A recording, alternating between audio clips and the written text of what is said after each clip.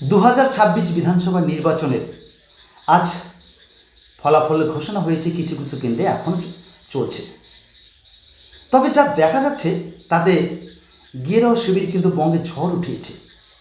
আমরা এই মুহূর্তে পেয়েছি ভারতীয় জনতা পার্টির একজন কর্মী এবং জলপাইগুড়ি সদর পঞ্চায়েত সমিতির বিরোধী দলনেতা শান্ত চক্রবর্তীকে। নমস্কার শান্তবাবু, পক্ষ থেকে অনেক স্বাগত। নমস্কার। বলছেন এই যে বঙ্গে একটা ঝড়, আপনাদের গেরুয়া ঝড় এলো, এটা কি আশা করেছিলেন? শুনুন, আমরা প্রথম থেকেই আশাবাদী ছিলাম, কিন্তু এতটা বেশি আশা আমরা করিনি যে আমরা 200 পাস বা 200 পার হয়ে যাব। বিভিন্ন এক্সাম্পল আমাদের সেটাই বলেছিল যে আমরা হয়তো 180-90 এরকম একটা জায়গায় আমরা যেতে পারবো। কিন্তু আমরা যা দেখলাম, মানে স্বতঃস্ফূর্তভাবে মানুষ যেভাবে ভোট দিয়েছে, মানে আমাদের এতটা আশা আমরা মানে কখনো করে উঠতে পারিনি। কিন্তু মানুষ মানে 1911 সালে মানে দুহাত ভরে আশীর্বাদ করেছে, তাই বলবেন? একদম দুহাত ভরে আশীর্বাদ করেছে, এবং আশীর্বাদটা মানে এতটা বেশি মানে মানে আমরা এতটা কল্পনাই করিনি।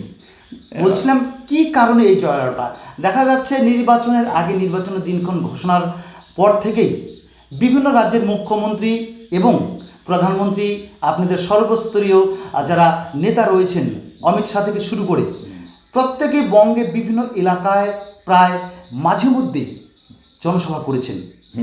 এটা কি তারই প্রভাব পড়েছে? না, শুনুন, আমরা জনসভা করেছি, সেটার যেমন একটা প্রভাব ছিল, আর আমরা কিন্তু মানে আমাদের শুভেন্দুবাবুর মধ্য দিয়ে মানে হিন্দুত্ববাদের যে একটা জাগরণ, এটা আমরা তুলে ধরতে পেরেছিলাম। আর সাথে আমি এটাও বলি, যারা সংখ্যালঘু মহাম্যাডাম ভাই ছিলেন, তারাও অনেকটা বুঝতে শিখেছিলেন যে সত্যি সত্যি রাষ্ট্রবাদী যারা সংখ্যালঘু ভাই, হ্যাঁ, রাষ্ট্রবাদী যারা সংখ্যালঘু ভাই, তারাও আমাদের পক্ষে এবার অনেক ভোট দিয়েছে। তাদেরকেও আমরা আমাদের ভারতীয় জনতা পার্টির পক্ষ থেকে গৌরব অভিনন্দন জানাই। আর বিষয়টা এরকম যে মানুষ 11 সালের পরের থেকে দিদির রাজত্বকালে যে অরাজকতা, যে সব চুরি চামারি, যে সকল অত্যাচার অবিচার, যে সকল বিষয়গুলো মানুষ অতিষ্ঠ হয়ে উঠেছিল, মানুষ যেন শ্বাস ফেলতে পারছিল না, মানুষের যেন দম ঠেকে আসছিল। আর সবচাইতে বড় যেটা ব্যথা ছিল মানুষের মনে, অন্যান্য বিজেপি শাসিত রাজ্যগুলো যেগুলো আছে, সেগুলো যেভাবে সুন্দরভাবে পরিচালিত হচ্ছে, মানুষ চাইছিল যে নাকি আমাদের এই দলটা তৈরি করেছিলেন শ্যামাপ্রসাদ মুখার্জি, তিনিই পশ্চিমবাংলার থেকেই এই ভারতীয় জনতা পার্টির তৈরি হয়েছিল 1980 সালে।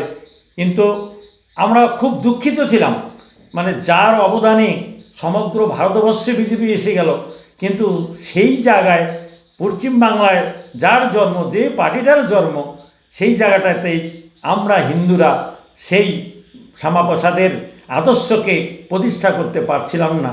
এটা আমাদের মনে প্রচণ্ড একটা দুঃখ ছিল।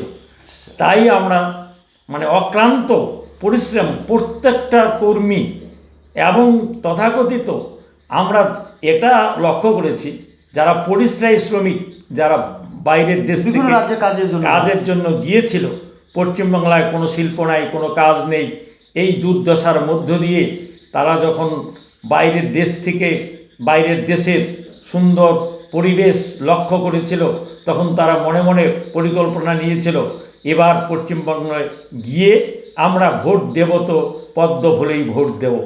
বলছিলাম এই যে আপনারা সরকার গঠন করবেন, হয়তো 2-4 দিনের মধ্যে শপথ গ্রহণ করা হবে, তাই না? 9 তারিখে শপথ গ্রহণ করা হবে। এবার যারা পরিযায়ী শ্রমিক বাইরে থেকে এসে ভোট দিলেন, তারা কি আগামী দিনে এই বঙ্গে কর্মসংস্থান পাবে? ভারতীয় জনতা পার্টি কি সেই কর্মসংস্থান করবে? এবার বলবেন।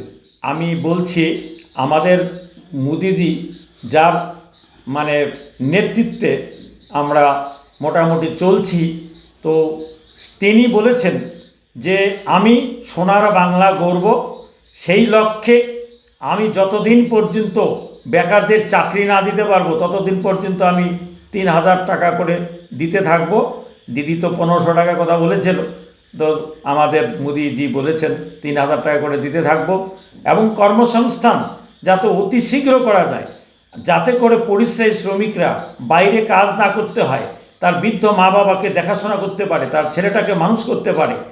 আর তার সাথে জন্য বঙ্গে কর্মসংস্থান দেবেন আপনারা? হ্যাঁ, বঙ্গে কর্মসংস্থান দেওয়ার জন্য নন্দীগ্রামের এত বড় জায়গা যেটা পড়ে রয়েছে, যে টাটা যে জায়গাটা নিয়েছিলেন, হ্যাঁ, টাটা যে জায়গাটা নিয়েছিল শিল্পের জন্য, হ্যাঁ শিল্পের জন্য, দিদি মানে সেখানে যাকে হাতিয়ার করে হ্যাঁ, দিদি এসেছিল। মুখ্যমন্ত্রী ক্ষমতায় এসেছিলেন, হ্যাঁ, যাকে হাতিয়ার করে দিদি এসেছিল, কিন্তু সেই জায়গাটা থেকে আমরা দুর্ভাগ্য এই কারণেই বলছি যে পশ্চিমবঙ্গবাসী সেই দিন বুঝতে পারে নাই যে টাটার মতো শিল্প যদি কিনা গুজরাটে চলে যায়, তাহলে পশ্চিমবঙ্গের মানে বেকার যারা আছে তারা প্রায় বেশি মানুষই পরিযায়ী শ্রমিকে রূপান্তরিত হবেন। তাই টাটা আজকে চলে গেছে গুজরাট আজকে উন্নত, আমাদের দেশের মানুষ সেখানে যাচ্ছে। আর আজকে সবচেয়ে দুঃখের বিষয়, মানুষের অনেক দুঃখ, অনেক যন্ত্রণা ছিল। কি ছিল? থানায় কেস করতে গেলে পুলিশ মানে অন্য রাজনৈতিক দল, যেমন বিজেপির দল বা মনে করেন একটা বামফ্রন্টের কোনো কেউ বা অন্য আদার্স কোনো দল যদি কিনা থানায় কেস করতে যেত, নেতাদের অঙ্গুলি হেলনে পুলিশ তাদের কাছ থেকে কেস নিতে চাইতো না, তারা তালবাহানা করত। তাই পুলিশটা সম্পূর্ণ মানে দিদির চটিচাটা হয়ে গেছিল। তো আমরা আপনাদেরকে সমগ্র পশ্চিমবঙ্গবাসীকে মানে আমার তরফ থেকে আমি এই কথাটা মানে বলতেই পারি যে আমরা অন্তত প্রশাসনকে আমাদের নিরপেক্ষ থাকতে বলবো। আপনারা ইতিমধ্যেই দেখেছেন যোগীর রাজত্বে উত্তরপ্রদেশে, সেখানে কিন্তু আমার বিজেপির লোকও যদি কোনো অন্যায় করে তাহলে কিন্তু তাকে মানে পুলিশ গ্রেপ্তার করে, এবং আমার বিজেপি পার্টি তাকে কোনো সাহায্য সহযোগিতা করে না, তার উপযুক্ত কৈফিয়ত দিয়ে তাকে সেই মানে বিচারাধীন তাকে হতে হয়।